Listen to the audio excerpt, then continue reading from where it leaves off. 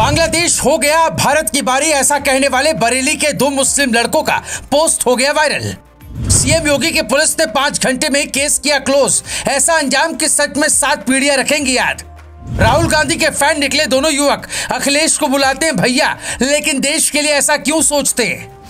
राहुल गांधी और अखिलेश यादव क्या सत्ता के लिए कुछ भी कर सकते हैं? क्या उनके समर्थकों में भारत के लिए इतनी नफरत है कि वो कुछ भी लिख सकते हैं? ये कहानी कोई किताबी नहीं है, बल्कि सच्ची घटना है। बरेली के 2 मुस्लिम युवक भारत की हालत बांग्लादेश की तरह देखना चाहते हैं। हालांकि उनकी मुराद योगी के रहते शायद ही पूरी होने वाली हो। पोस्ट में लिखा, बांग्लादेश भी हो गया, अब भारत की बारी है। 2 दिन पहले ही सीएम योगी ने एक बैठक बुलाई थी, जिसमें एक से बढ़कर एक अधिकारी पहुंचे। योगी का सीधा कहना था, यूपी को बांग्लादेश बनाने की चाहत देखने वालों का क्या करना है, इसका इंतजाम किया जाए।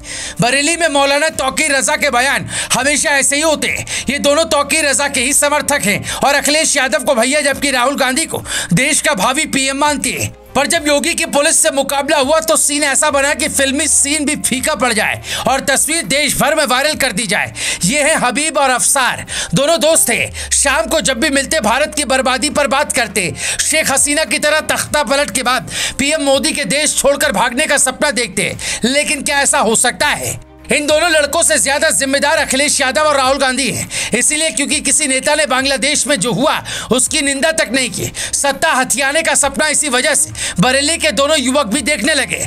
बांग्लादेश में छात्र आंदोलन के नाम पर हिंसा फैलाने वाले दोनों छात्रों को मंत्री बना दिया गया। इसी खबर को देखकर दोनों लड़कों ने भी पोस्ट किया, ऐसा पोस्ट करेंगे तो मोदी के तख्ता पलट के बाद इन्हें भी मंत्री बनाया जाएगा। और फिर क्या, दोनों ने वो लिख दिया, जिसके बाद 100 पुलिसकर्मी तैयार हो गए। बरेली में अलर्ट जारी कर दिया गया। 1 से 2 घंटे के भीतर ही बरेली की सड़कों का मंजर बदल गया।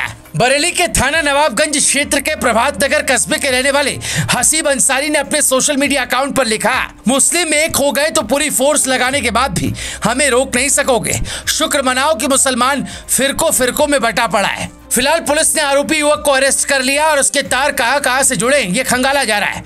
लेकिन ये मामला ठंडा होता उससे पहले ही पुलिस को एक और पोस्ट मिल गया।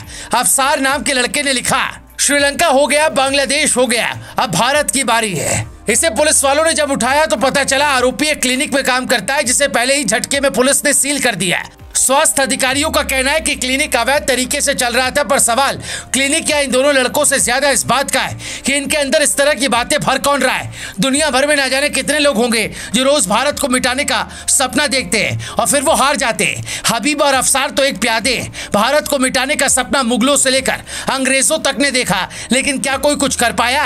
हालात से ज्यादा चिंता इस बात की है कि ऐसी तस्वीर के बाद भी मोदी सरकार सबको मुफ्त राशन क्यों बांट रही है? जब कोई देश के खिलाफ बोल रहा है तो क्या उसकी नागरिकता ही नहीं खत्म हो जानी चाहिए? एक कैंप बनना चाहिए, उस कैंप में ही ऐसे लोगों को रखना चाहिए ताकि ऐसी हिमाकत को दूसरा कभी फिर ना करे। हिंदुस्तान में जिस चिंगारी के भड़कने की आशंका कई बार जताई जा चुकी है, उसकी शुरुआत बरेली से भी हो सकती है, क्योंकि बरेली वो जगह है जहां खुद तो मोटी कमाई और मलाई खाने वाला तौकीर रजा राज करता है, लेकिन कम पढ़े लिखे मुस्लिम युवकों को भड़काता है। हालांकि पहले भी बरेली के कई युवक पाकिस्तानी प्रेम दिखा चुके हैं, इंडिया की हार पर विवादित पोस्ट कर चुके, पर योगी राज में अंजाम ये हुआ कि अब तक जेल में अब 2 कैदी और मिल गए। आज नहीं तो कल ये सोच और घातक बनेगी, और तब क्या होगा इसका आकलन हमें अभी कर लेना चाहिए। Bureau report, global Bharat TV.